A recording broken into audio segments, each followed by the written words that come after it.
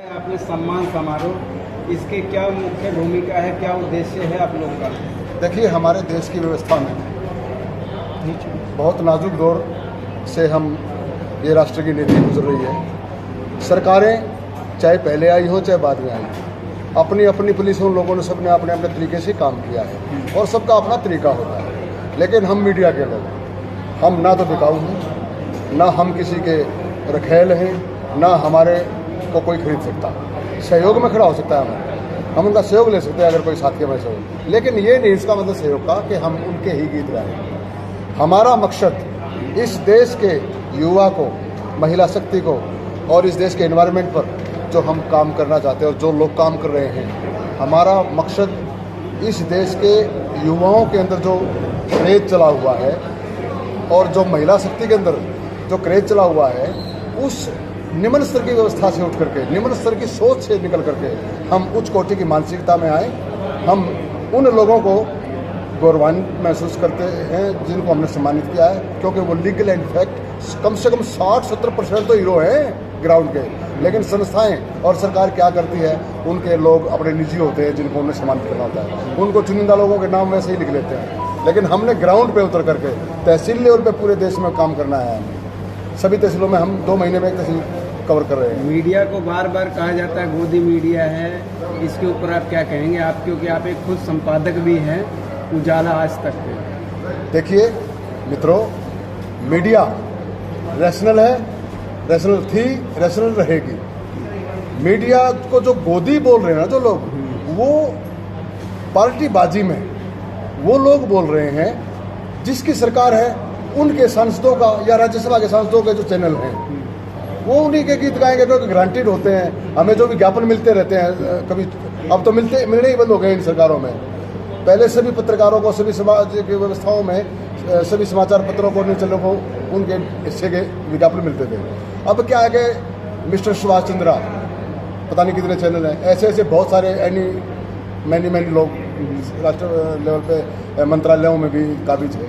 उनके जो चैनल्स हैं उनको वो बगैर काम किए, उनके रिकॉर्ड भी कंप्लीट वैसे ही हो जाते हैं। हमारे लिए जब कंप्लीट रिकॉर्ड की बात आती है तो सीए की रिपोर्ट, रेल की रिपोर्ट, जहाज की रिपोर्ट, तुम कहाँ गए थे, आपके अखबार कितने हैं, सर्कुलेशन कितना है, ओरिजिनल रिकॉर्ड पर भी बार बार नोटिफिकेशन होते हैं। लेकिन उन लोगों का मसला क्या कि उन्होंने गीत सरकार के गाने हैं, और सरकार के गीत गाने हैं तो उन लोगों को करोड़ों रुपए की गारंटीड होते हैं। उनकी तो एक पेज की लाखों रुपए में, करोड़ों रुपए में विज्ञापन होते हैं। हमारे को 5 पैसे का विज्ञापन नहीं मिलता सरकार की तरफ से, हम क्यों गीत गाएंगे?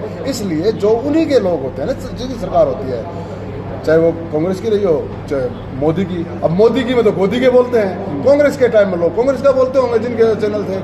लेकिन हम किसी कांग्रेस के, किसी भारतीय जनता पार्टी के या किसी भी पार्टी से कोई बिलोंग नहीं करते। I am doctor Dehraj, chief editor Ujala Tak, rational. हम लीगल एंड फैक्ट वर्किंग में काम करते हैं, ग्राउंड में काम करते हैं, और हम इस देश के अंदर अपने पत्रकारों के लिए भी लड़ाई लड़ रहे हैं। मैं नेशनल प्रेसिडेंट हूँ न्यू आदर्श श्रमजीवी पत्रकार ट्रस्ट का, और अभी साल भर हुआ है मुझे। 8 देशों का सेमिनार भी अटेंड करके आया हूँ मैं।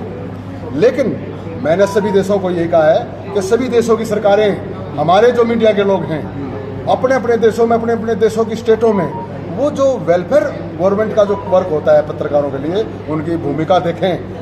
लड़ाइयों में हम होते हैं, कहीं आंसू गैस के गोले छूटे हम होते हैं, बाढ़ आई तो हम दौड़ते हैं पानी में, हमारे फोटो जर्नलिस्ट दौड़ते हैं, दीवारों पे चढ़ करके रैलियां, इनके कार्यक्रमों को कवरेज करते हैं, लेकिन उन्हें वैल्यूएबल नहीं माना जाता। इसलिए क्योंकि नकली लोग, सरकारों के ही खुद के बंदे इस मीडिया में नामकरण कर गए हैं, और उस नामित की वजह से मीडिया गोदी बोलते हैं। और हम मीडिया गोदी नहीं, ना हम किसी कांग्रेस के, ना किसी अन्य पार्टी के, हम मीडिया हैं, ओरिजिनल मीडिया में, लीगल एंड फैक्ट मीडिया। एक लास्ट सवाल और लेना चाहूँगा आपसे कि आज के समय में प्रतिदिन जो पत्रकार हैं, जो यूट्यूबर हैं, उनके ऊपर हाथापाई, बदसलूकी के जो है तमाम तरह की खबरें आती है, इस पर आप क्या कहेंगे? देखिए, मेरे सामने मैं जब अध्यक्ष बना, एक संज्ञान में आया था मामला चंडीगढ़ में।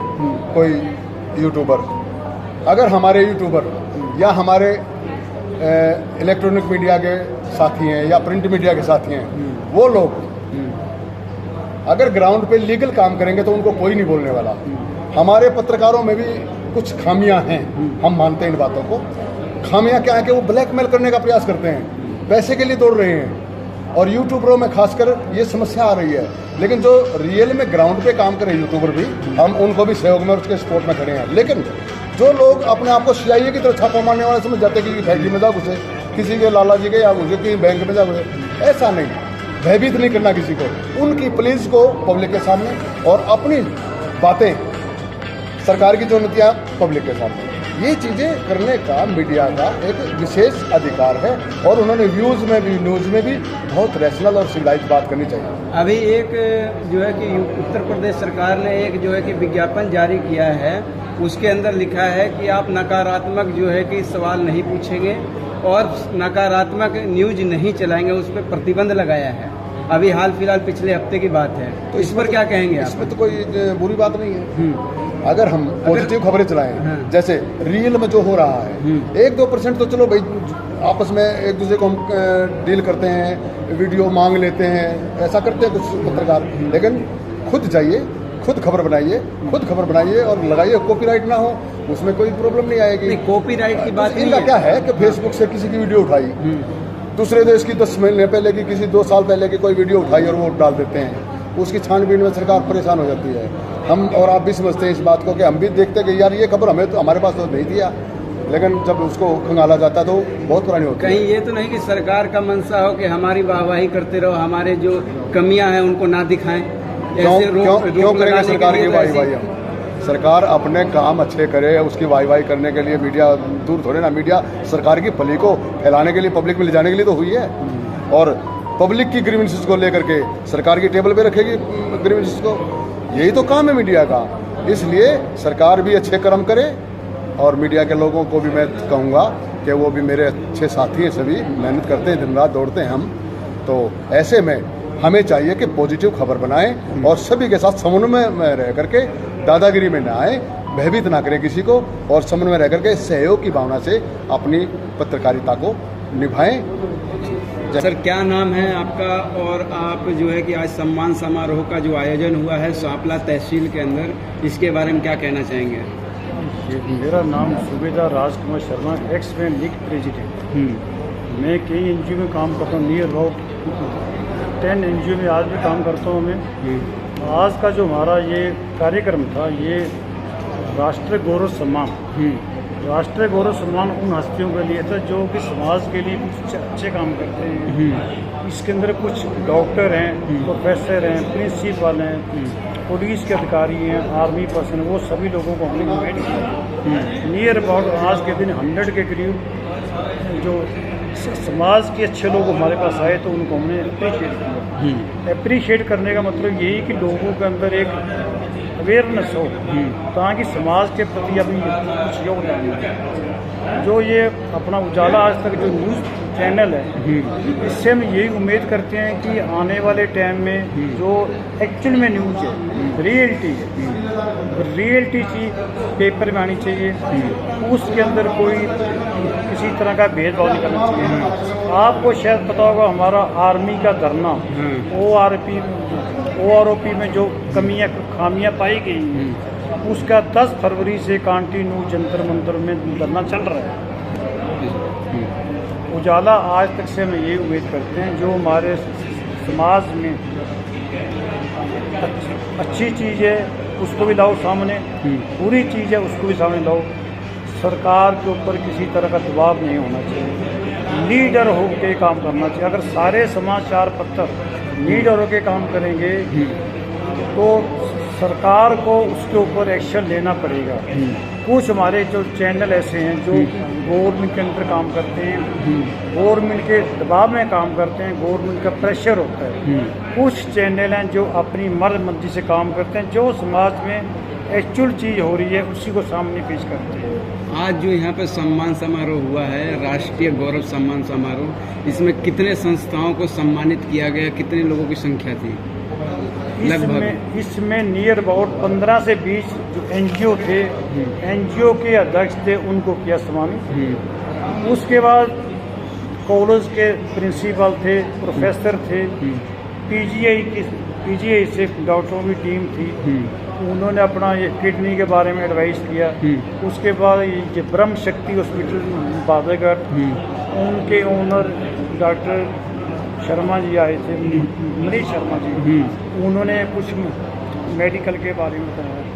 उसके बाद ये यहाँ पर क्या कहना बैंकों की टीमें आई हुई थी, और भी लोग अच्छे उन्होंने अपने अपने सामने विचार रखे। उनका यही मतलब है हमारे समाज के अंदर अच्छी बातों का अवेयरनेस है, ताकि सभी लोग अच्छा काम करें, बुराई से दूर रहें, अच्छाई की तरफ चले। ये हमारा कार्यक्रम करने का यही मकसद था। सांपला हमारा ग्रामीण एरिया है, वैसे तो सिटी है लेकिन फिर भी ये देहाती एरिया है। उसके मुताबिक यहाँ हमारा जो कार्यक्रम बहुत अच्छा रहा। नियर अबाउट 400 के करीब यहाँ टोटल लोग आए। इसमें सभी लोग वेल एजुकेटेड लोग थे, जिनको हमने इनविटेशन से बुलाया गया था। प्रशासन भी था यहाँ पर। सबसे बड़ी बात हमारे जो सांपला के बेटे पुलिस से IGP के रैंक से रिटायरमेंट हुए, और वो यहाँ पर आए अपनी जन्मभूमि में। उन्होंने हमारा इनविटेशन स्वीकार किया और उन्होंने अपने विचार मत यहाँ पर रखे। उनके आने से हमें बड़ा मोटिवेशन मिला। मोटिवेशन उनका, जब एक इतना बड़ा अधिकारी हमारे पास आता हमें मोटिवेशन देता है, उससे क्या हमें आगे फ्यूचर में अच्छा काम करने की प्रेरणा मिलती है। और मैं जो उजाला आज तक के जो चीफ ब्यूरो हैं मिस्टर